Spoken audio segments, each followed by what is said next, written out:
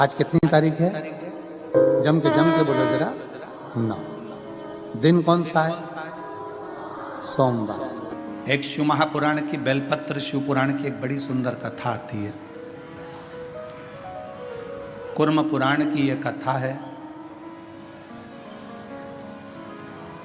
Gita press Gorakhpur की अगर कुर्म पुराण शिव महापुराण के साथ में अगर आप कुर्म पुराण की कथा को पढ़ते हो तो पृष्ठ संख्या 193 और अध्याय 31 में ये कथा बेलपत्र से जुड़ी हुई आपको मिलेगी।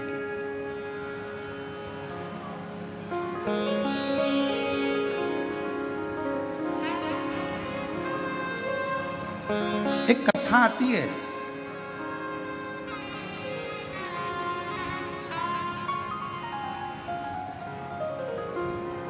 काशी प्रदेश में एक शंकुकर्ण नाम के एक महाराज रहते थे। हमने उनको महाराज कहा।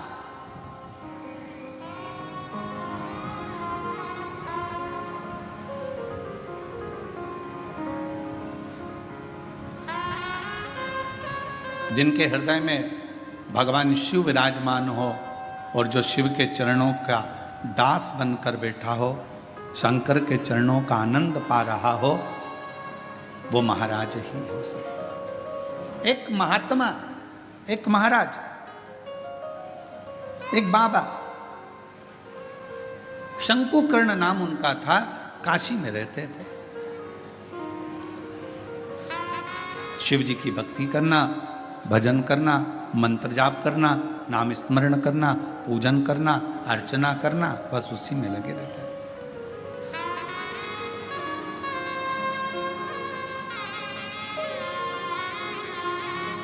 अब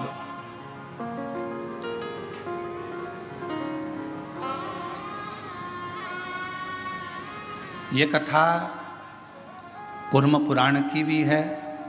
ये कथा स्कंद पुराण के काशी खंड की भी है और ये कथा शिव महापुराण की भी है और ये कथा लिंग पुराण की भी है।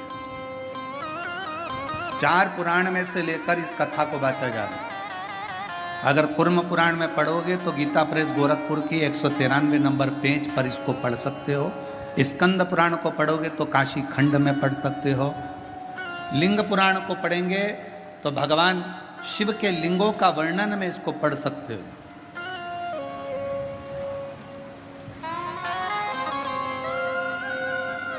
और जितने लिंगायत संप्रदाय के मेरे शिव भक्त यहां पर बैठे होंगे वो इस कथा को बहुत अच्छी तरह से जानते होंगे।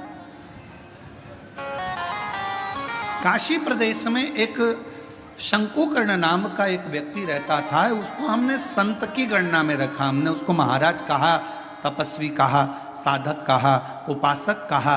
एक व्यक्ति रहता था जो शिव की आराधना करता था। हम उसको साधारण व्यक्ति नहीं कह सकते, हम उसको कोई महाराज, कोई तपस्वी, कोई साधक, कोई उपासक कह सकते। वो अपनी भगवान शिव की भक्ति में लगा रहता, भगवान शंकर के नाम उच्चारण में लगा रहता, शिव नाम में, भगवान के नाम में वो हर पल लगा रहता, हर पल। उसका एक नियम,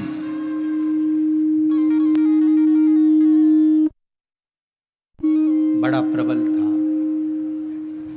उसका एक नियम बड़ा प्रबल था। प्रतिदिन गंगा मां का स्नान करता, काशी विश्वनाथ जी के मंदिर में जाकर बुआरी लगाता, झाड़ू लगाता, सफाई करता, जितनी बेलपत्र पड़ी हुई मिलती उनको मस्तक पर चढ़ा लेता और उनको गंगा में विसर्जन कर देता।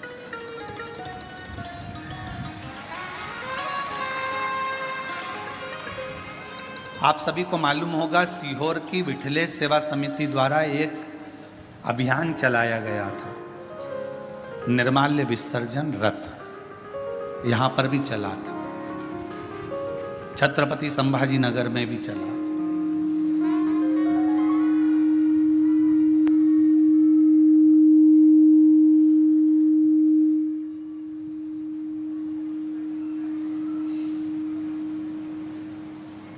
निर्माल्य विसर्जन रथ एक चलाया गया। सब क्षेत्रों में इसको प्रसारित किया गया कि सब लोग रथ चलाओ, निर्माल्य विसर्जन का रथ चलाओ, निर्माल्य विसर्जन का रथ चलाओ।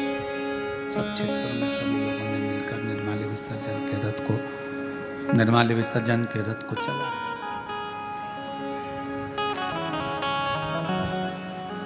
कई लोगों ने पूछा कि गुरुजी ये निर्माल्य विसर्जन का रथ चलाना कहाँ से उत्तमता है? हमने कहा इसलिए हमने शंकुकर्ण की कथा का स्मरण किया है। 4 पुराणों में एक ही व्यक्ति की 4 पुराण में कथा आना ये बहुत कठिन विषय है।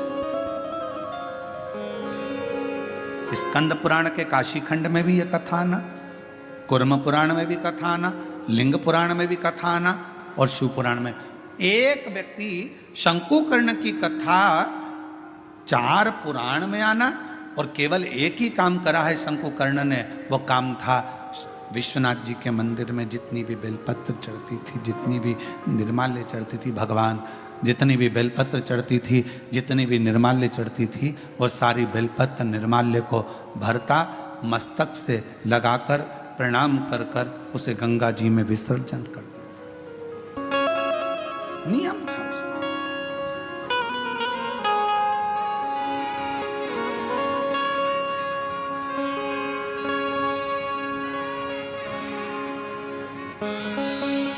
आपसे भी निवेदन है, सुबह सुबह शिव जी के मंदिर जाते हो आप लोग, 1 लोटा जल चढ़ाने के लिए जाते हो। शंकर जी के मंदिर में जो निर्माल्य पड़ा रहता है, इधर उधर अगर कोई फूल पत्ती बेलपत्र सामग्री पड़ी रहती है, उसको उठाकर एक और जब रखो तो उसको प्रणाम करा करो। क्यों? किस लिए? शंकुकर्ण की कथा कहती है निर्माल्य को उठाकर जो मस्तक से लगाकर प्रणाम कर कर विसर्जन में रखता है, विसर्जन की ओर रखता है, उसके अंदर एक ऐसा बल उत्पन्न हो जाता है कि मात्र वो किसी पर अपनी दृष्टि भी डाल देता है तो प्रेत जीवों का भी उद्धार हो जाता है। वो निर्माल्य में विसर्जन करी हुई निर्माल्य में इतना बल उत्पन्न होता है हमारा।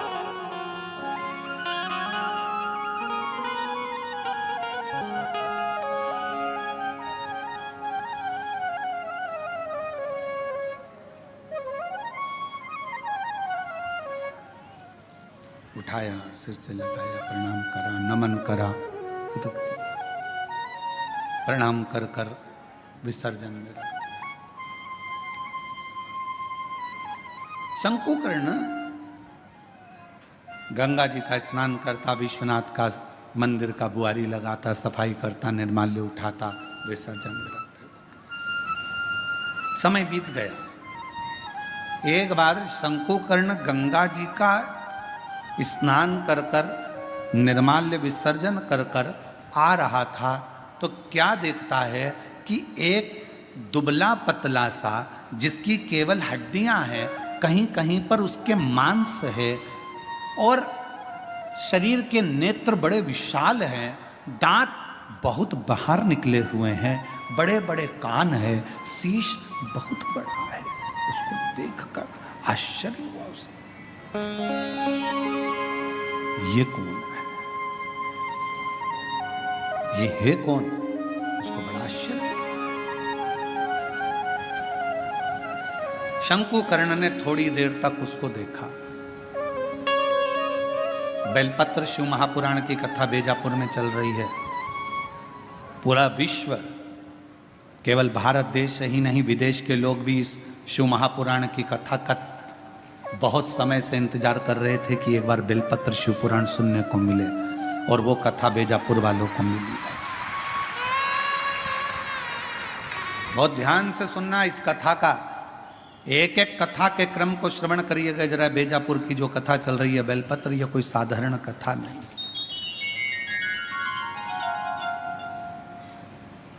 इसको धारण करिए।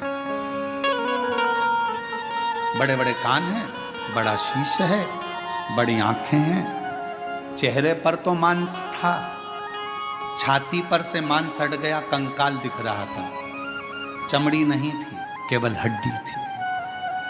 पेट आया, पेट पर मांस दिखा, जंघा आई तो कंकाल हो गया। घुटने पर कंकाल था, फिर मांस आया, फिर कंकाल था। समझ नहीं आया ये कौन है। देखते देखते शंकुकर्ण वहां से निकल गया। थोड़ी दूर चलने पर शंकुकर्ण ने क्या देखा कि पीछे पीछे एक, जिस व्यक्ति को मैंने देखा था, जिस पिशाच को मैंने देखा था, जिस भूत को मैंने देखा था, जिस पिशाच को मैंने देखा था, वो पिशाच पीछे पीछे चल रहा है, वो भूत पीछे पीछे।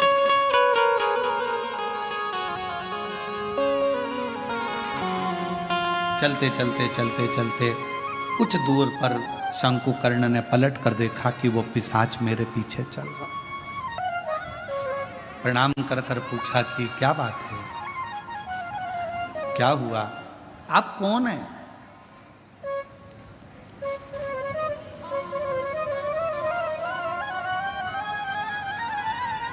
कहां के रहने वाले हो, कहां से आए हो?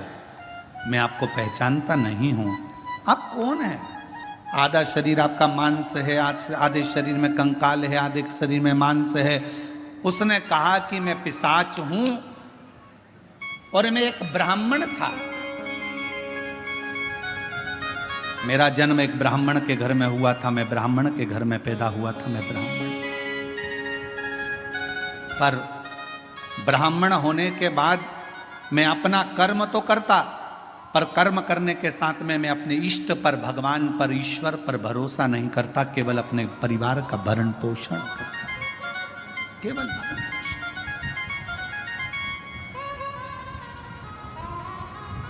थोड़ा सावधानी रखना। कथा में कई लोग इस कथा को श्रवण कर रहे होंगे तो थोड़ा स्मरण करिएगा इस कथा। मैं ब्राह्मण कुल में जन्मा हूं, ब्राह्मण कुल में मेरा जन्म हुआ, पर मैं अपने कर्म पर ध्यान ना देते हुए परिवार के भरण पोषण के लिए कमाता तो था, परिवार के लिए लाता भी था, पर मैं भगवान पर भरोसा नहीं करता था, विश्वास नहीं था, मैं करता कर्म वही।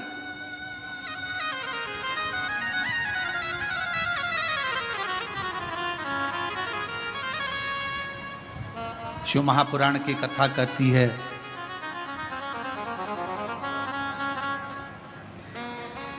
वो कौन सा ब्राह्मण होता है जिस ब्राह्मण के जीवन में कभी दुख नहीं आता? कौन सा ब्राह्मण?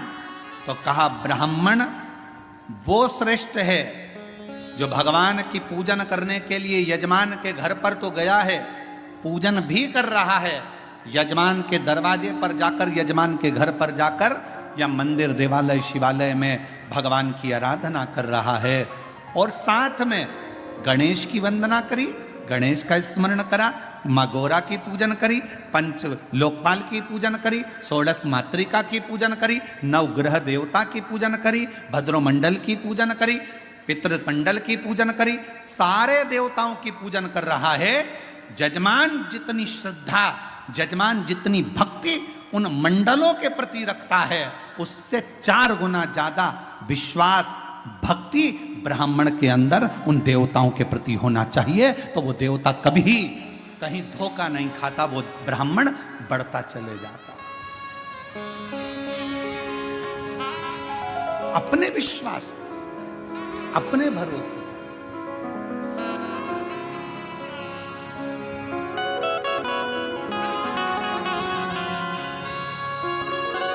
अभी एक वीडियो बीच में हमने कहा भी था, कथा में उसका वर्णन भी किया था कि एक लड़की लड़ रही थी किसी से, और लड़ते लड़ते उस छोटी सी लड़की ने, मैं डरती वरती नहीं हूं,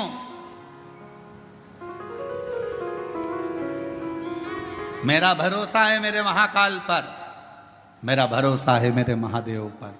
वो बच्ची कहती है, उसको देखकर ना जाने कितनी बच्चियों को विश्वास प्राप्त हो गया होगा कि उस लड़की ने ये शब्द, उस बच्ची ने इस शब्द कहा। एक पत्र में बात कही है, मेरा नाम सुवर्णा दीपक सरसोरे, मुकाम पोस्ट सायखेड़ा, तहसील निफाड़, जिला नासिक से आए हूँ, मेरा मोबाइल नंबर ये है। मेरा बेटा 7 साल से पुलिस की नौकरी की तैयारी कर रहा था। कहीं बैठे हों तो बेलपत्र लेने के लिए आ सकते। 7 साल से पुलिस की नौकरी की तैयारी कर रहा था, पर उसका नहीं हुआ। हर बार हिम्मत हार जाता। आखिरी में उससे कहा कि तू मेहनत 4 गुना कर, शिव पर विश्वास कर, 1 लोटा जल चढ़ाना प्रारंभ कर, शिव महापुराण की कथा सुन। मालेगांव नासिक की कथा मेरे बेटे ने जाकर सुनी और विश्वास के साथ गया।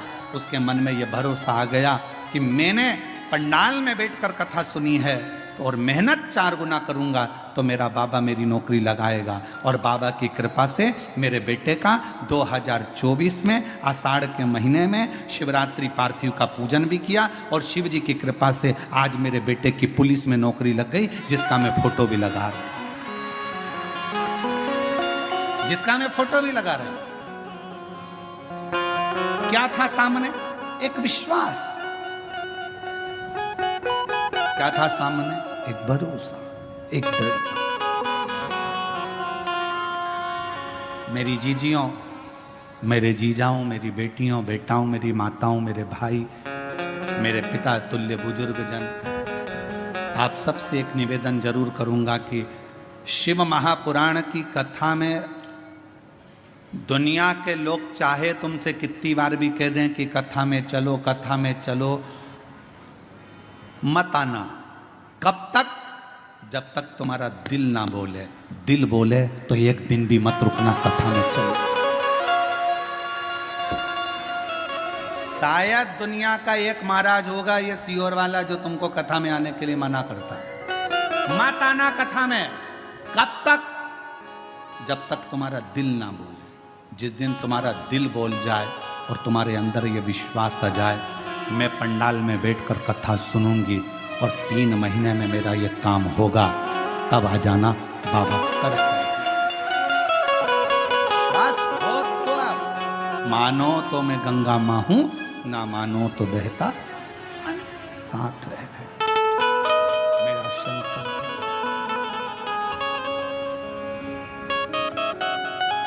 शंकुकर्ण की कथा कर। तुम कौन हो? मैं एक ब्राह्मण, पूर्व में ब्राह्मण थे तो फिर ये पिशाच योनि में क्या कर रहे? ये भूत की योनि, ये पिशाच की योनि क्यों? किस लिए? कहा अपने परिवार का भरण पोषण करता था, पर अपने इष्ट पर भरोसा नहीं करता था, विश्वास नहीं था। भगवान भरोसा।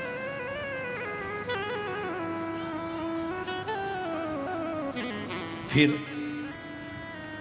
तुम्हारा इष्ट पर भरोसा नहीं था, परिवार का भरण पोषण करते थे, तो क्या तुम्हें इतनी सी बात के पीछे तुम्हें पिशाच की योनि मिल गई?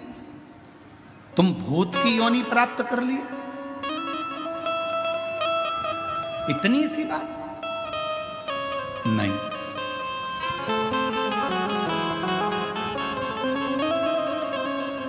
एक बार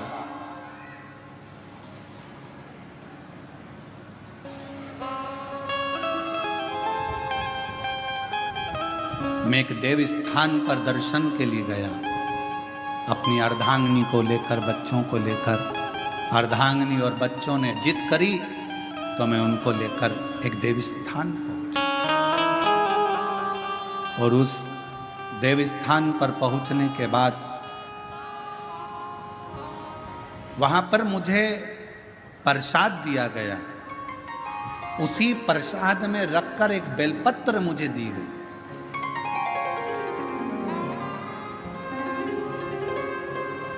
प्रसाद दिया, प्रसाद में रखकर एक बेलपत्र दी। मैंने अपने पत्नी और बच्चों के साथ बैठकर प्रसाद तो खा लिया, पर बेलपत्र को उठाकर मैंने भूमि पर फेंक दिया और मैंने कई अपशब्द अपने मुख से कहे। आखिरी में वो बेलपत्र मैंने अपने पाँव से रोंद दी, उसको पांव से खूब दबा दिया, मसल दिया।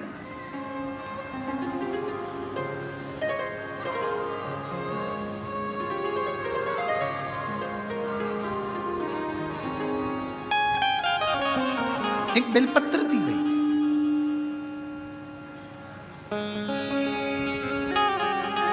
शिव महापुराण की कथा में प्रसाद वितरण नहीं होता।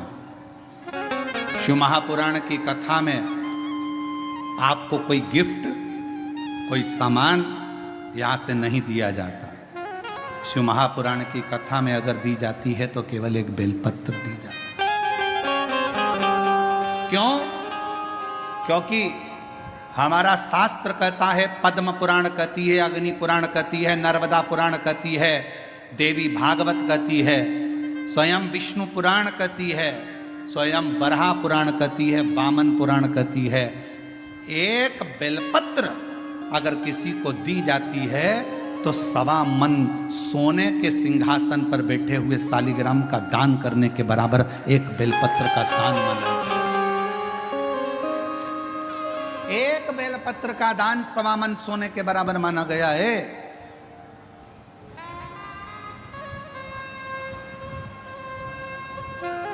मेरा अंदाजा नहीं रहा। बेलपत्र को मैंने पटक दिया, प्रसाद को हम लोगों ने पा लिया, प्रसाद पाया।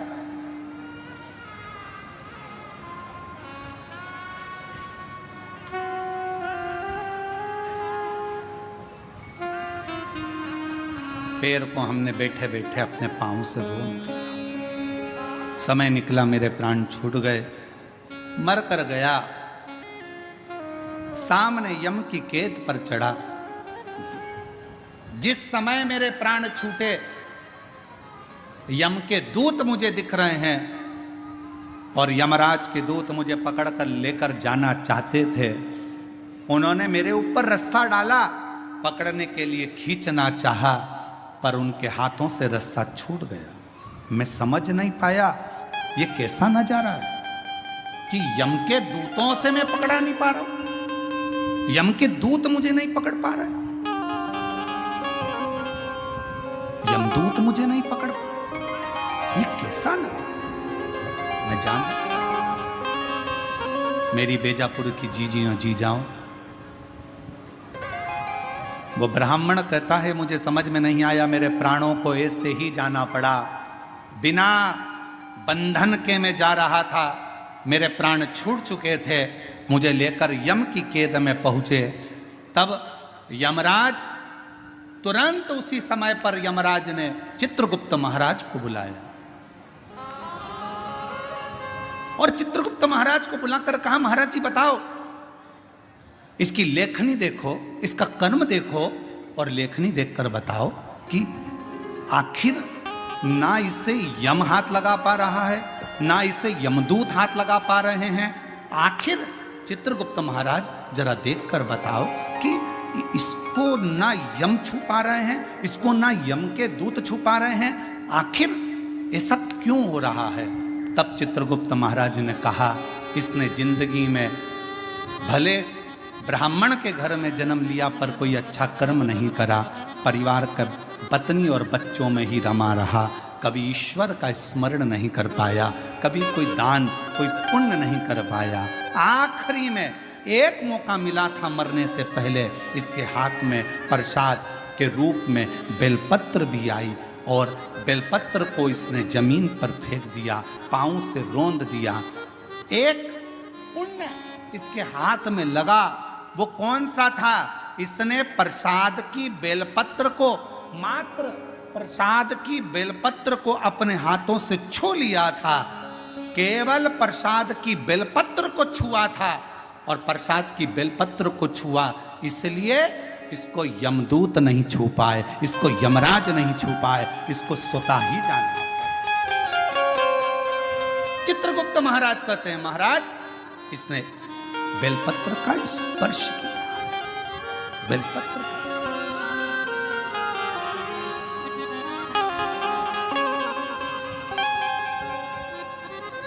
कहा, चित्रगुप्त महाराज इसके पापों की गणना करी जाए, पापों की गणना करी। पुण्य की गणना तो केवल बेलपत्र का स्पर्श। घोर पाप कौन सा करा, तो का एक पाप घोर करा कि बेलपत्री को जमीन पर पटक कर उसे पांव से रोनता रहा। बेलपत्री का कुछ हिस्सा तो अच्छा दिखा, कुछ हिस्सा बेकार हो गया। तो यमदूत ने कहा, यमराज ने कहा, धर्मराज कहते हैं काम करो, इसको भी नरक मत भेजो, ना बैकुंठ भेजो, इसको पिशाच की योनि देकर पृथ्वी पर भेज दिया जाए। पिशाच बने, भूत बने और पिशाच बनकर भटकता रहे। वो पिशाच कहता है कि मैं पूर्व का ब्राह्मण था, पिशाच की योनि में पड़ गया हूं, तुम मेरे पीछे क्यों आ रहे हो? बस मेरे ऊपर कोई ऐसी कृपा कर दो, ऐसी कृपा कर दो कि मेरी मुक्ति हो जाए। एक बेलपत्र का शिव महापुराण की कथा कहती है, भगवान शंकर की कथा कहती है, हजारों अश्वमेध यज्ञ का फल यदि प्राप्त करना है तो जिंदगी में एक बार एक बेलपत्र का पौधा जरूर कहीं पर लगाओ, 1000 अश्वमेध यज्ञ का फल मिलेगा। सर्वतोमुखी यज्ञ का फल प्राप्त करना है तो कहीं पर बेलपत्र का वृक्ष लगा हो तो वहां रोज 1 लोटा जल चढ़ाना प्रारंभ करो, सर्वतोमुखी यज्ञ का फल प्राप्त हो। और यदि सर्वतोमुखी यज्ञ का फल प्राप्त, 1 लोटा जल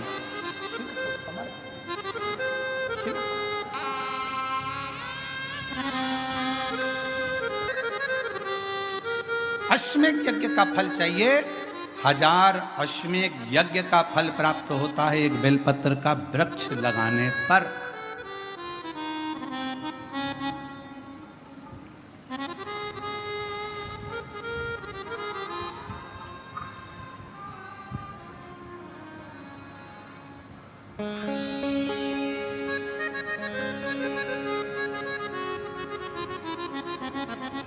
हजारों सर्वतोमुखी यज्ञ का फल प्राप्त हो जाता है, 1 लोटा जल बेलपत्र के वृक्ष में चढ़ाना।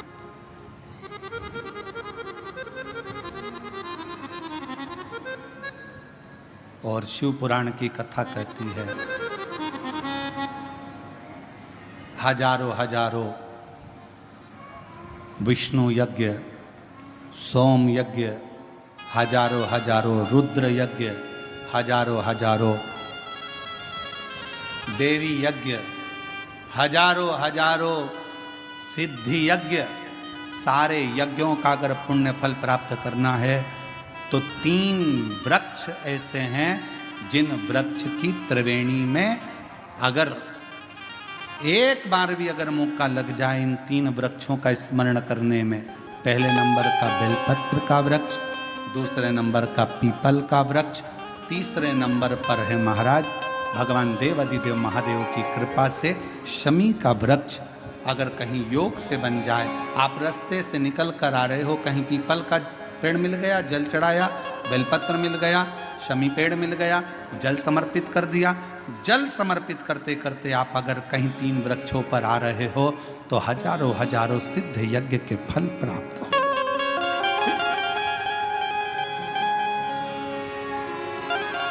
और यदि ये सब नहीं कर सको तो एक बेलपत्र के वृक्ष की सेवा जरूर।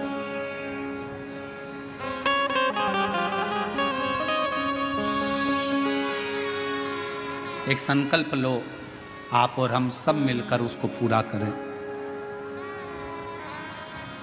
सावन के महीने में एक बेलपत्री का वृक्ष जरूर लगाएंगे, ये नियम आप और हम लेकर।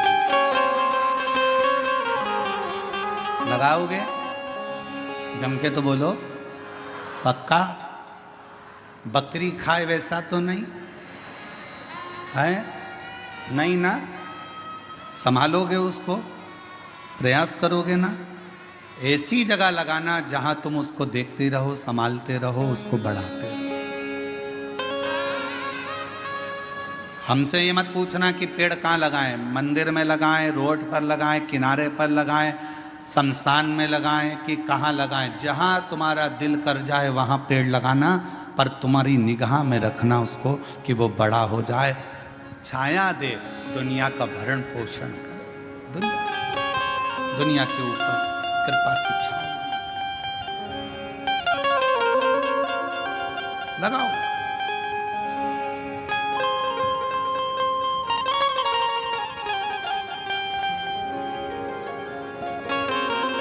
शंकुकर्ण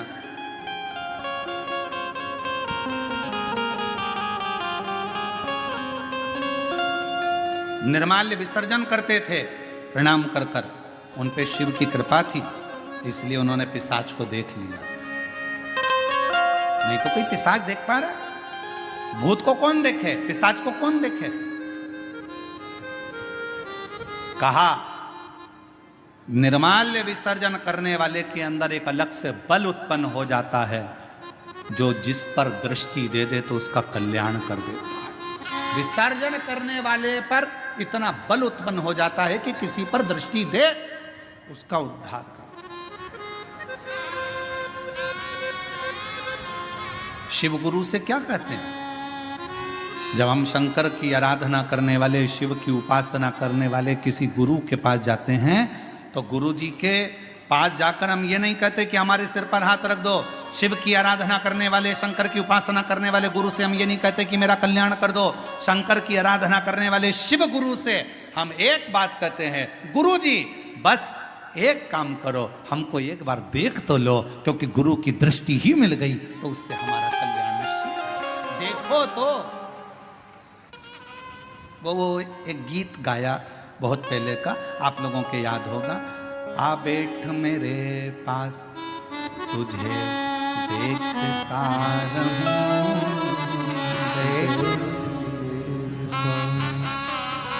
ना तुम कुछ मैं कुछ कहूं, बैठ मेरे पास तुझे देखती रहूं।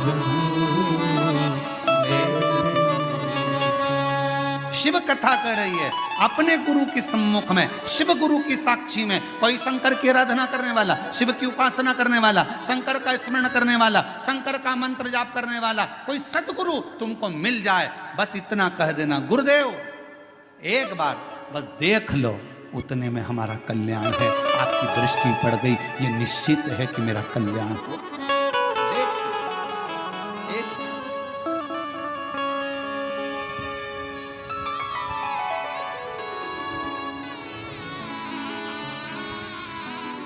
बस आ बैठ मेरे पास तुझे देखता रहूं, बैठ मेरे पास तू कुछ कहे या मैं कुछ कहूँ, तू कुछ कहे या मैं कुछ कहूँ, बैठ मेरे पास तुझे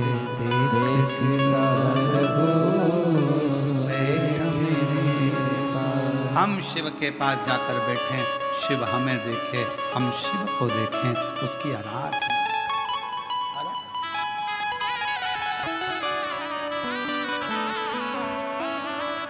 शिव की भक्ति। यहाँ बैठे हैं हमारे संचेती परिवार की बहुएं भी बैठी हैं, बेटियां बैठी हैं, संचेती परिवार बैठा हुआ है, साथ में हम छत्रपति संभाजी नगर कथा करे जयसवाल जी भी यहाँ पर बैठे हुए हैं। आप तो इनसे और भी जहाँ जहाँ हमने कथा करी है वो सब अगर कहीं बैठे होंगे तो उनसे पूछना। हम 4 दिन तक किसी से नहीं मिलते, हमारा भजन भला, भक्ति करो, भजन करो, अपने ठाकुर जी की सेवा, शिव जी का अभिषेक, आराधना, हमारा जो मंत्र जाप है, हम 4 दिन उसमें इतने लगे रहते हैं, इतने लगे रहते हैं कि हम किसी से नहीं मिलते। आप पूछना संचेती परिवार से, क्या इनसे मिलने हम नीचे कभी आए हों? इनके कक्ष से भी हम नीचे उतर कर नहीं आते। हम जहाँ अपना भजन, अपना मंत्र जाप, अपना स्मरण, बस। और जहाँ हमने छत्रपति संभाजी नगर में विधायक महोदय कथा करवाए थे, उनके भी पुत्र बैठे हुए हैं, ऋषिकेश जायसवाल, आप इनसे भी पूछना, हम इन्हीं के घर में रुके थे, पर हम कमरे से बाहर नहीं निकलते थे। हमारा भजन निकलते वही बात है ना, आ बैठ मेरे पास तुझे देखता रहूं, बैठ मेरे अपना भजन का बल बढ़ाओ, अपने भजन का आनंद बढ़ाओ। निर्माल्य विसर्जन करने वाले शंकुकर्ण को एक दृष्टि भगवान ने दे दी थी, एक बल दे दिया था कि तुम ये सामने कोई भी आए, सम्मुख में कोई भी आए, उसको तुम देख सकते हो और उसका उद्धार कर सकते हो। ये शंकुकर्ण के अंदर एक अलग से बल शिव की कृपा से प्राप्त हो गया था। शिव की कृपा से, शंकर भगवान की कृपा से। पिशाच को देख लिया, पूछा, कहा मैं ब्राह्मण था, मैंने गलती कर दी, बेलपत्र को मैंने जमीन पर फेंककर उसको पांव से रोंदा, इसलिए मुझे पिशाच की योनि मिली। इस योनि से मैं छूटूं कैसे?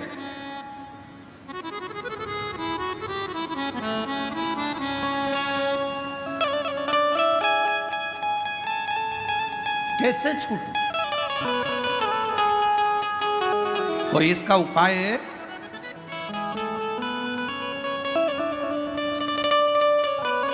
दुनिया के लोग कहते हैं सियोर वाला महाराज उपाय बहुत बताता।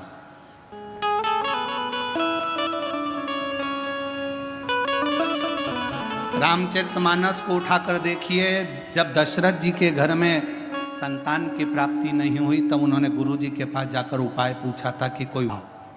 हमारे यहाँ की पूरी पुराणों में यही लिखा है कि उपाय तो हमारी एक एक पुराण में लिखा है।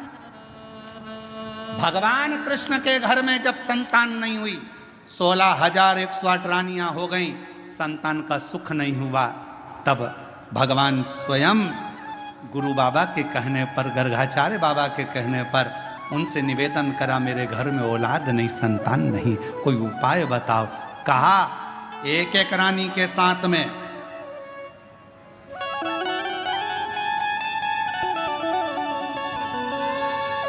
11-11 दिन तक बैठकर शिव का अभिषेक करो, तब संतान 1,77,186 भगवान कृष्ण के बच्चे हुए।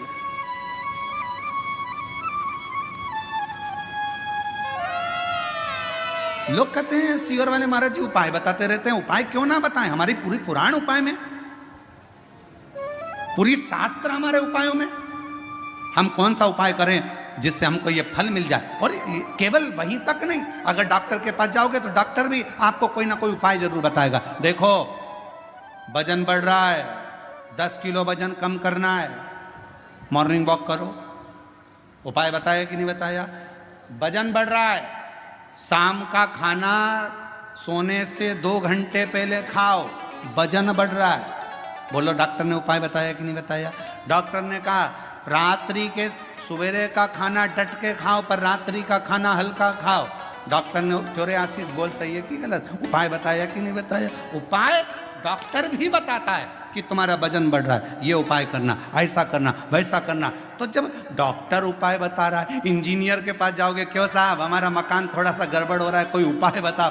इंजीनियर कहेगा इधर से कॉलम डाल दो, इधर से ये बीम इधर से कर दो, और ऐसा करो, टेरिस को ऐसा कर दो, गार्डन को ऐसा कर दो। उपाय उसने भी बता दिया। डॉक्टर के पास जाओ, उसके पास भी उपाय था। फिर पहुंचे टीचर के पास, सर अगर मुझे अच्छे नंबर से पास होना है तो कोई उसका उपाय बताओ। टीचर ने कहा देखो टाइम टेबल बनाओ, अपने टेबल पे चिपकाओ, इतनी बजे ये करना, इतनी बजे ये सब्जेक्ट पढ़ना, उतनी बजे ये सब्जेक्ट पढ़ना। टीचर ने भी उपाय बताया। रजिस्ट्री करवाने गए जमीन की, क्यों साहब जमीन तो इतनी महंगी है, रजिस्ट्री का कितना चार्ज आएगा?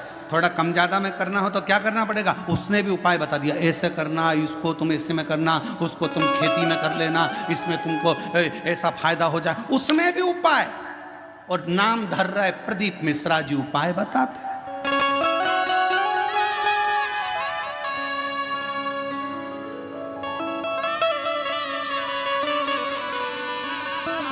सब दूर उपाय।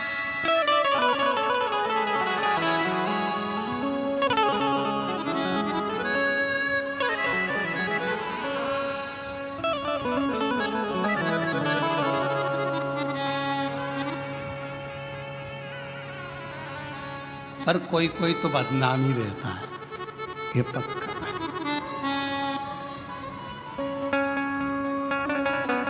वो एक गीत याद आ गया, वही है नाम वाला जो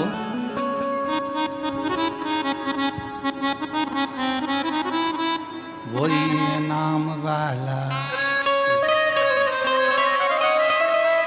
मेरे अंगने में तुम्हारा नाम वाला जो है, जो बदनाम है वही नाम वाला।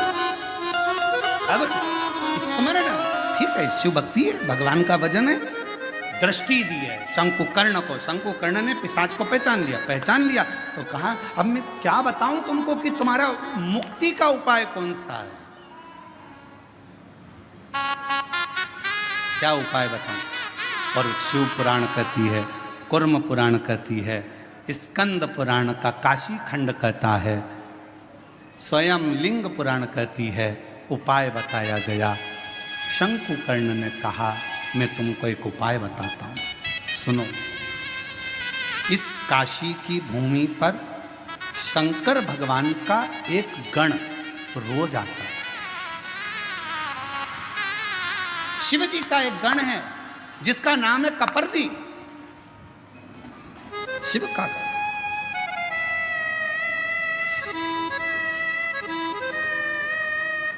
शिव जी का एक गण है जिसका नाम है कपर्दी। नाम बोलो, कपर्दी, सब बोलो जरा, कपर्दी, शिव जी का है। अच्छा, कपर्दी नहीं बोल सकते तो काशी में एक शंकर जी का शिवलिंग है जिसको सारी दुनिया भजती है, और अगर उस शिवलिंग का दर्शन ना किया जाए तो 12 ज्योतिर्लिंग के दर्शन का भी आनंद फल नहीं माना गया। उसका नाम है कपर्दीश्वर महादेव, काशी में।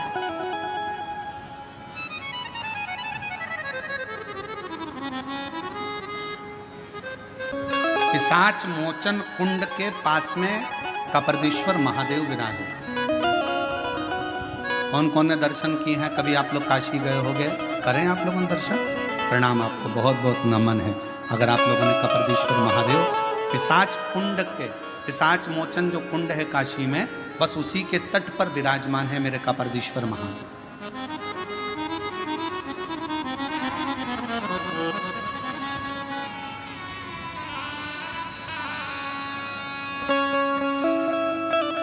शंकुकर्ण ने कहा कि भगवान शिव का एक गण कपर्दी रोज काशी आता है।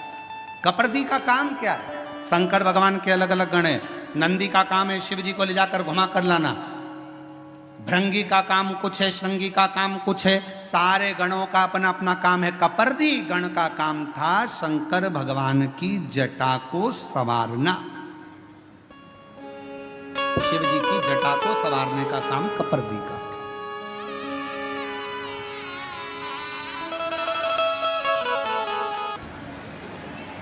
और शिव महापुराण की कथा कहती है, भगवान शंकर का चरित्र कहता है, शिव तत्व कहता है, पार्वती जी ने जितना समय शिव को पाने के लिए तप किया, साधना की, आराधना की, उतने समय पार्वती जी ने केवल शिव को जानने का प्रयास किया।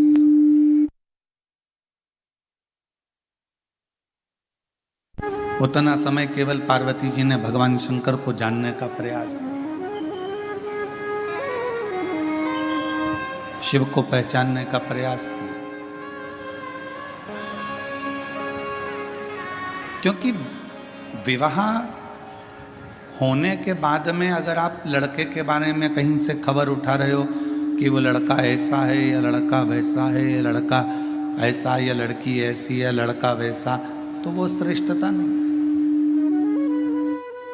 फिर उसकी कोई महत्वता या उसकी कोई मूलता नहीं है।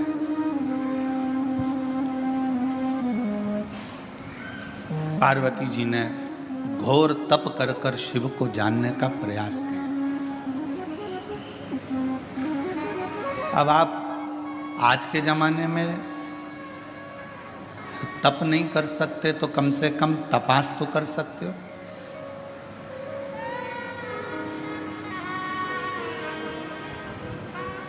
थोड़ा उसके बारे में जान तो सकते हो। विवाह,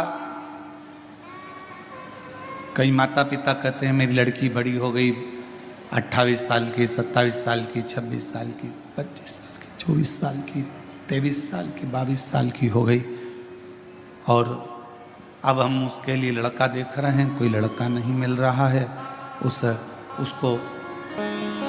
तो क्या लड़का नहीं मिल रहा तो क्या फिर उसका विवाह हर किसी के साथ कर दो?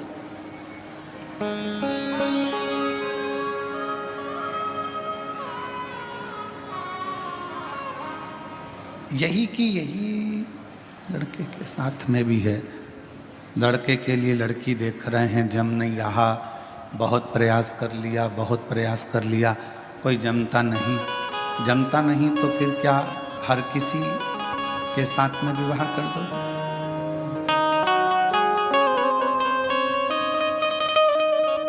थोड़ा समझो,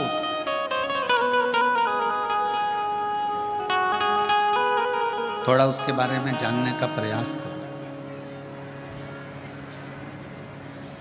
लड़की कैसी है, लड़का कैसा है?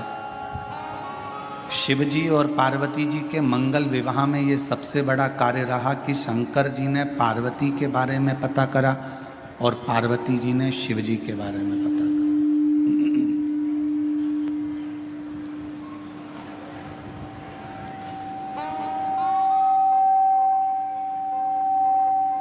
सप्तऋषियों को भेजा गया, देवताओं को भेजा गया, अप्सराओं को भेजा गया, गंधर्वों को भेजा गया, और सबको भेजने का कारण केवल इतना था कि मालूम कर लें कि पार्वती जी की तप साधना में बल कितना बल।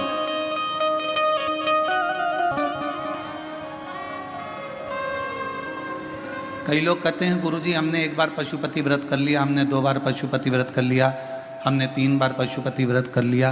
कई बार कहते हैं कि हमने सोमवार का व्रत करा, हमने ये करा, हमने प्रदोष करा, हमने शिवरात्रि करा, हमने प्रदोष करा, हमने ये व्रत करा। इसके बाद भी भगवान हमारी सुन क्यों नहीं रहा?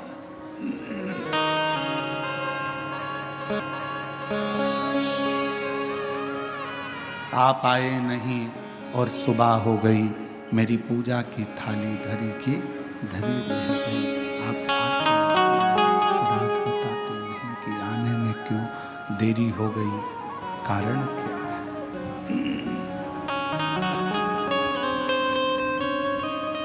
क्या गलती हुई है? क्यों नहीं आए, क्यों रह गए, किस लिए नहीं पहुंचे, वह तो मालूम पड़े।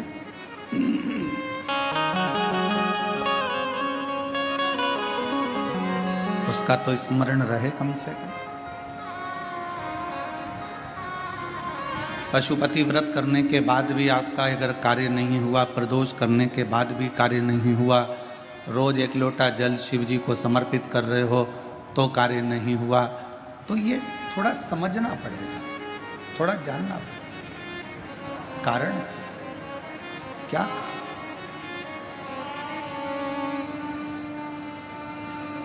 ऐसा कौन सा कारण है कि भगवान आपके करीब में नहीं आ पा रहा?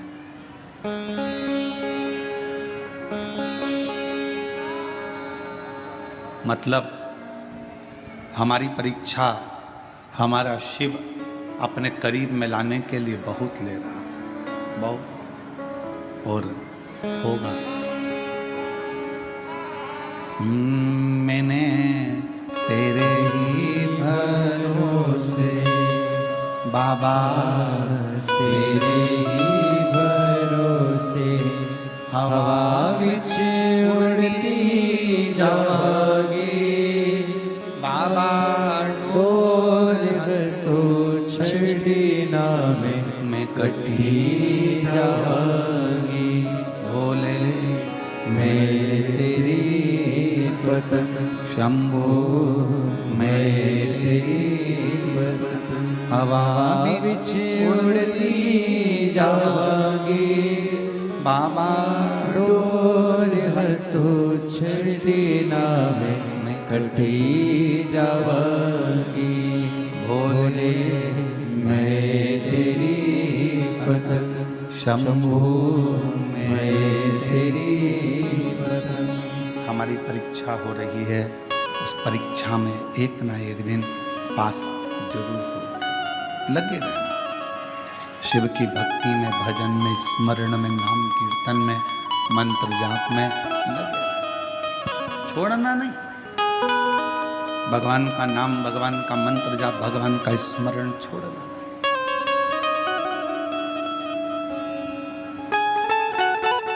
थोड़ी सी पहचान अगर ड्राइवर से है आपकी, तो ड्राइवर आपका जहां उतरने की जगह है ना, जहां पर भी आपको उतरना है, ड्राइवर वहां गाड़ी याद से रोक देता, धीमी कर देता।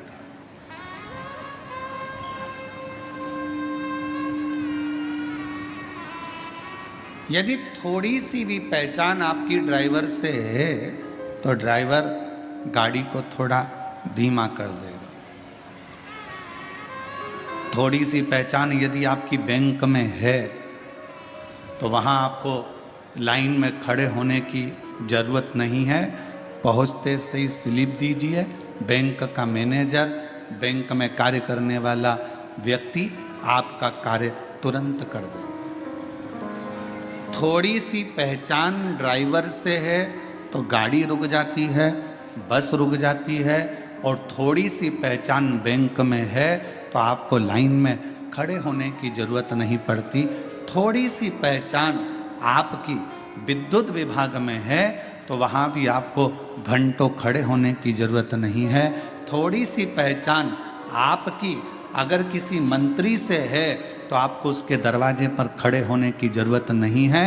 और थोड़ी सी पहचान आपकी किसी अधिकारी से है तो आपके कार्य के लिए आपको खड़े रहने की ज़रूरत नहीं है। उसी तरह यदि थोड़ी सी पहचान मेरे देव अधिदेव महादेव से है तो तुम्हारे दुख में तुम्हें बहुत देर पड़े रहने की ज़रूरत नहीं। फिर तुम्हारे दुख में, तुम्हारी तकलीफ में, तुम्हारे कष्ट में वो सम्मुखता नहीं, सम्मुख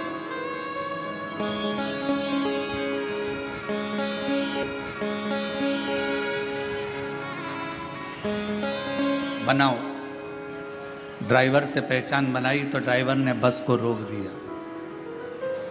कई बार हमने तो ये भी देखा है कि अगर रेल के ड्राइवर से भी पहचान अच्छी हो जाती है तो वो ट्रेन भी धीमी कर देता।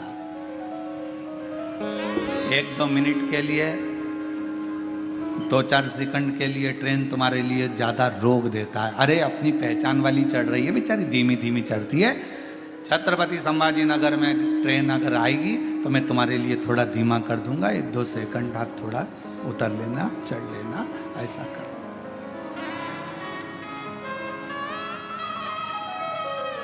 दो 4 सेकंड के लिए वो रोक, 2-4 सेकंड, और 2-4 सेकंड के लिए वो रोक दे।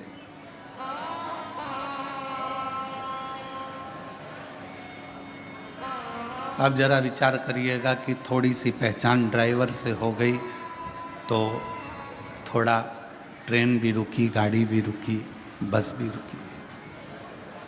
अब थोड़ी सी पहचान यदि आपकी मेरे, और देखो पहचान वाला विषय है,